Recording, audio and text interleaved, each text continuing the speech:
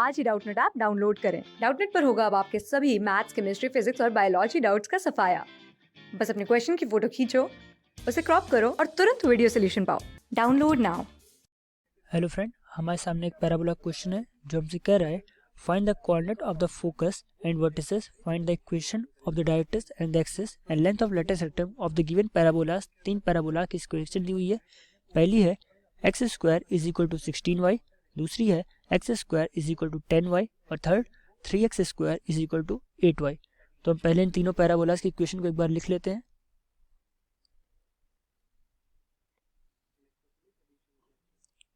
पहली है x square is equal to 16y, दूसरी गिवन है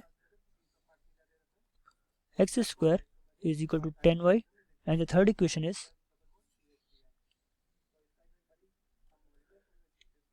3x square is equal to 8y।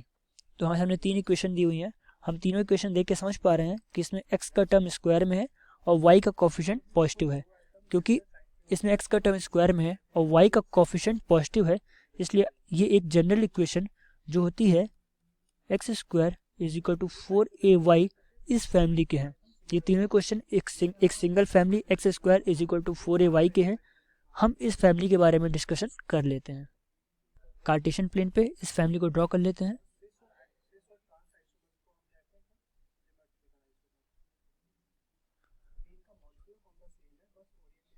अब हमें पता है कि x square is equal to 4ay ये हमारा ओपनिंग अपवर्ड डायरेक्शन का पैराबोला होता है।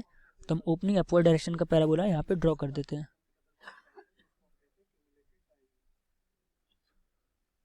ये हमारा ओपनिंग अपवर्ड डायरेक्शन का पैराबोला होगा और हम इस डायग्राम में इस पैराबोला के बारे में सारे इन्फॉर्मेशन को राइट डाउन कर लेंगे। इस पैराबोला के जो वर्टिसेस होते हैं, वर्टिसेस 0,0 होते हैं। जो हमारे फोकस होते हैं, फोकस के कोऑर्डिनेट 0,a होता है और हमारे डायरेक्ट्रिक्स की इक्वेशन जो होती है वो हमारी एक्स एक्सिस के पैरेलल होती है और इसकी इक्वेशन होती है y is equal to -a। ये हमारी इसकी एक्सिस क्या होती है इस पैराबोला की? इस पैराबोला की जो एक्सिस होती है x इज इक्वल टू 0 और जो डायरेक्ट्रिक्स एक्सिस को जिस पॉइंट पे कट करता है उस पॉइंट के कोऑर्डिनेट कितने होते हैं? 0,-a। Length of latus rectangle सभी पैराबोलाज में सेम होती है, जो होती है 4a के बराबर।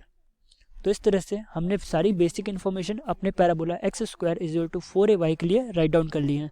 अब हम अपने तीनों क्वेश्चन पे वापस चलते हैं। तीनों क्वेश्चंस को राइट डाउन कर लेते हैं फिर से नीचे। तो क्या पहला क्वेश्चन था x square is equal to 16y, दूसरा क्वेश्चन था हमारा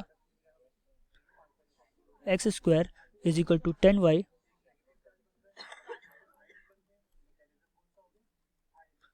और तीसरा क्वेश्चन है हमारा 3x square is equal to 8y।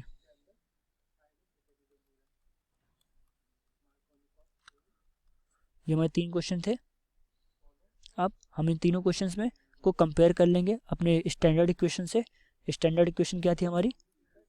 X square is equal to 4ay। Compare करने पे हमें पता चलता है कि पहले क्वेश्चन में 4a की वैल्यू 16 है।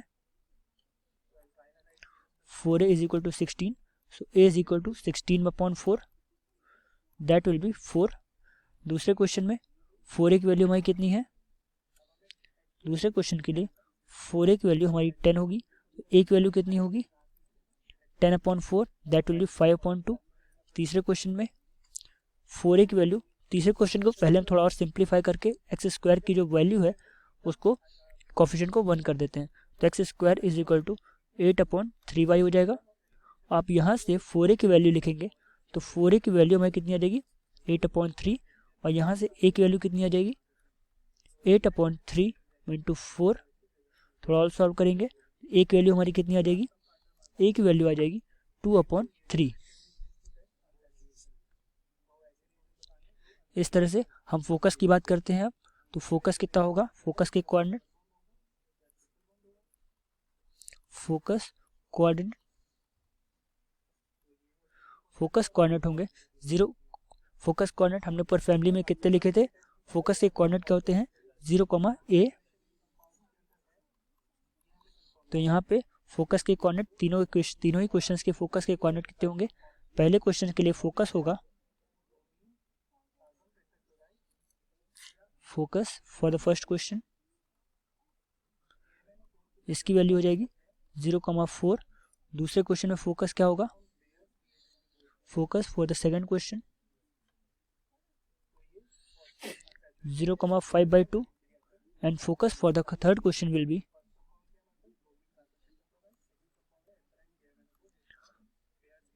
0,2/3। वर्टिसेस, तीनों ही क्वेश्चंस का जो वर्टिसेस होगा वो 0,0 होगा। वर्टिसेस तीनों ही क्वेश्चन के लिए वर्टिसेस 0,0 पे होगा। इसके बाद अब हम इसके एक्सेस की इक्वेशन लिख लेते हैं। एक्सेस की इक्वेशन तीनों ही क्वेश्चंस के लिए, इक्वेशन ऑफ एक्सेस, वो हमारी तीनों क्वेश्चंस के लिए एक्सेस क्या होगी? एक्सेस की इक्वेशन होगी हमारी x इज इक्वल टू 0। तो हमारी एक्सेस की इक्वेशन आ गई।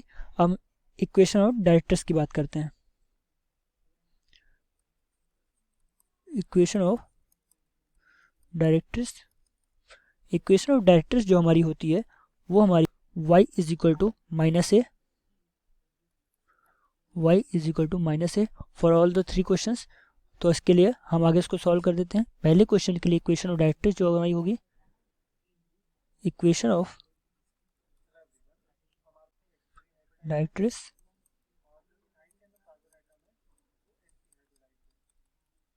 पहले क्वेश्चन में कितनी होगी? y is equal to -a, तो y is equal to -a की वैल्यू 4। तो इक्वेशन ऑफ डायरेक्टर्स यहाँ से कितनी आ जाएगी?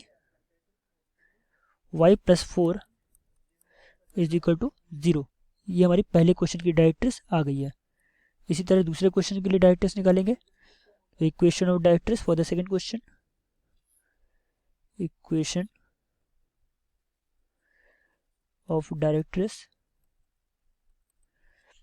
वो भी हमारी कितनी होगी? y is equal to -a, a की वैल्यू कितनी थी हमारी? 5/2, तो माइनस का 5/2 सिंप्लीफाई कर लेते हैं। 2y is equal to -5, that means 2y plus 5 is equal to 0।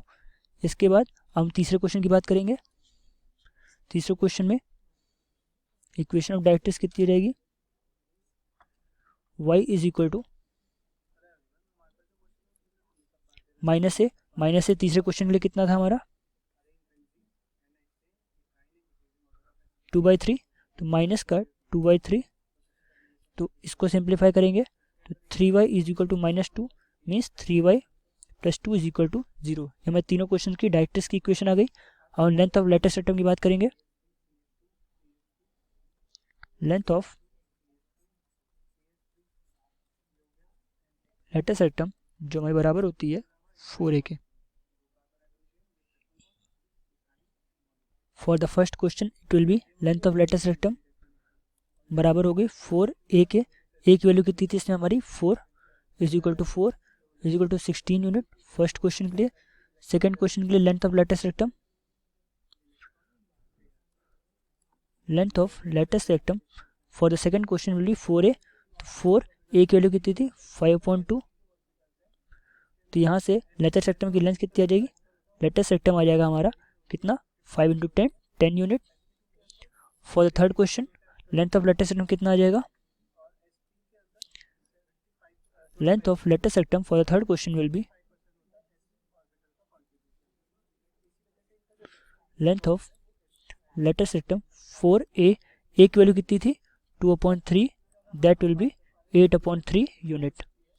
हमने तीनों क्वेश्चन के लिए सारी वैल्यूज निकाल ली हैं। आई होप आपको समझ में आ गया होगा। Thank you. क्लास 6 से 12 से लेके नीट, IIT, JEE मेंस और एडवांस के लेवल तक 10 मिलियन से ज्यादा स्टूडेंट्स का भरोसा। आज ही डाउनलोड करें डाउटनेट ऐप या व्हाट्सएप कीजिए अपने डाउट्स 8400 400 400 पर।